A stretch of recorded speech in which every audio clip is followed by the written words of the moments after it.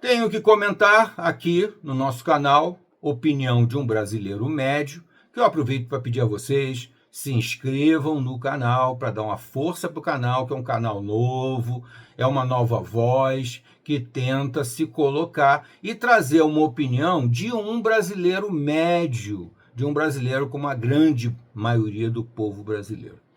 Tá? Eu não posso deixar de comentar, como eu dizia antes, sobre a decisão inesperada, apesar de lógica, do deputado Eduardo Bolsonaro de desistir de viver no Brasil. Né? Desistir de viver no Brasil na melhor das intenções. O deputado vai se privar da vida dele no Brasil, onde vivem toda a família dele, o pai dele, a família toda, os amigos dele todos, ele vai se privar de tudo isso, vai, inclusive, abrir mão do seu salário como deputado federal, de todos aqueles benefícios maravilhosos que um deputado federal tem. Aliás, o deputado federal mais bem votado do Brasil de todos os tempos foi Eduardo Bolsonaro. Na minha humilde opinião, inclusive, o sucessor natural do pai dele, do Jair Bolsonaro. Para mim, o sucessor natural, uma questão opinião, logicamente. Aliás, o canal se chama Opinião de um Brasileiro Médio. Eu não tenho a pretensão de estar falando a verdade definitiva ou saber mais do que ninguém. Não tenho pretensão nenhuma. Estou apenas colocando uma opinião para ser debatida com o maior número de pessoas possível. Na minha singela opinião, o Eduardo Bolsonaro era e ainda é o sucessor natural, inclusive biológico, do Jair Bolsonaro, porque me parece que entre os filhos dele é o que tem o perfil mais adequado a concorrer à presidência da República do Brasil no futuro, quando o Jair não puder mais fazer esse trabalho extremamente importante que o Jair vem feito, e um trabalho excepcional. Eu até vou ressaltar aqui como alguém de direita, como alguém conservador, que prioriza muito a questão da honestidade, da transparência e da coerência, que durante o período das eleições para prefeitos do Brasil, prefeitos do Brasil, eu discordei frontalmente da atitude do Bolsonaro contra o Pablo Marçal. Fui contra e continuo sendo contra. Acho que o Pablo Marçal tem um espaço e pode ocupar um espaço importante e, quem sabe, vir a ser outro político honesto e transparente, que foi tudo o que eu pedi ao Jair Bolsonaro quando ele foi eleito em 2018. Eu disse: presidente, por favor, eu só quero que você consiga ser honesto e transparente, porque o resto eu sei que vai ser extremamente difícil. Mas proponha as coisas. E quando não conseguir aprovar o que você quer, leve para o público. Chegue para o povo e diga: olha, estou tentando fazer isso, isso e isso, e não estou conseguindo. Isso é muito importante. Estou sendo pressionado a fazer isso, isso, isso. Discordo. Traga sempre para o público.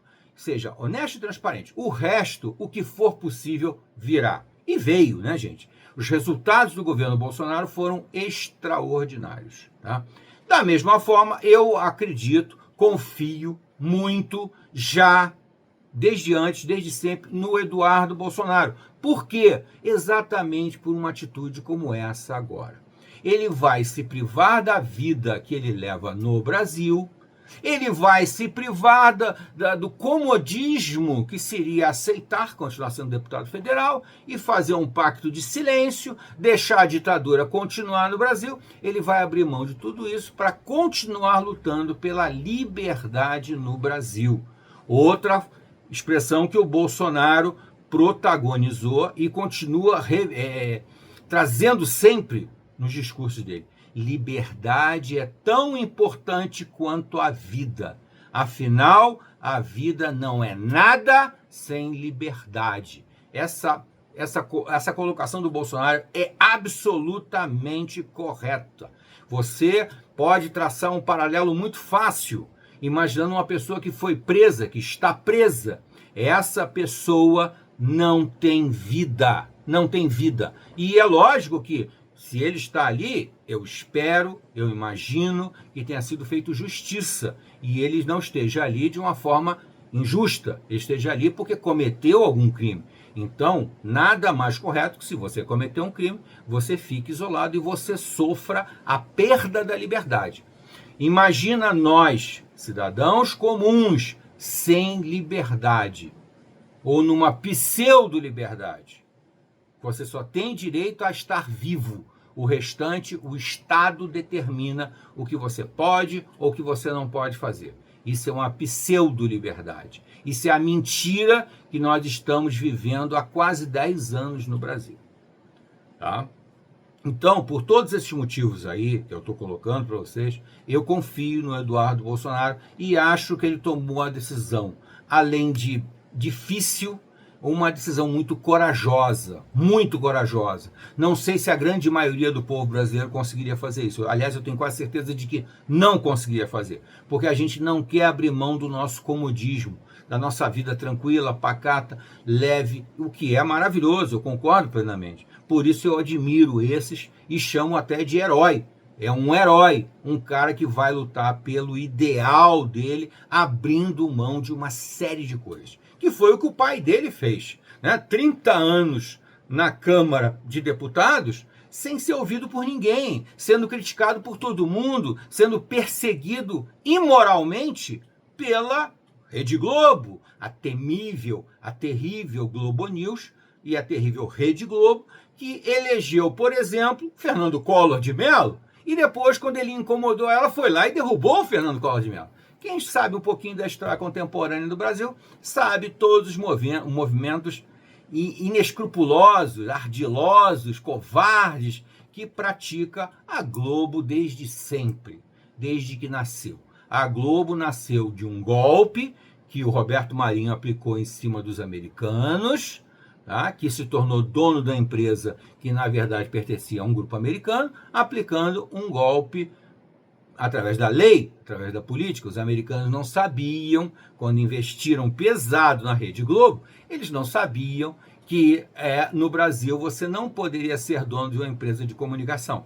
E ele, como o único dono brasileiro, na hora que denunciou que os donos eram americanos, ele conseguiu se livrar dos donos americanos e ficou dono desse potencial enorme que era, e ainda é, apesar de estar muito decadente, que é a Rede Globo. Isso é só para vocês terem um panorama do que eu vejo nesse momento, dessa decisão corajosa, ambiciosa e que certamente dará frutos do Eduardo Bolsonaro lá fora, nos Estados Unidos, na Europa, divulgando as atrocidades da ditadura brasileira.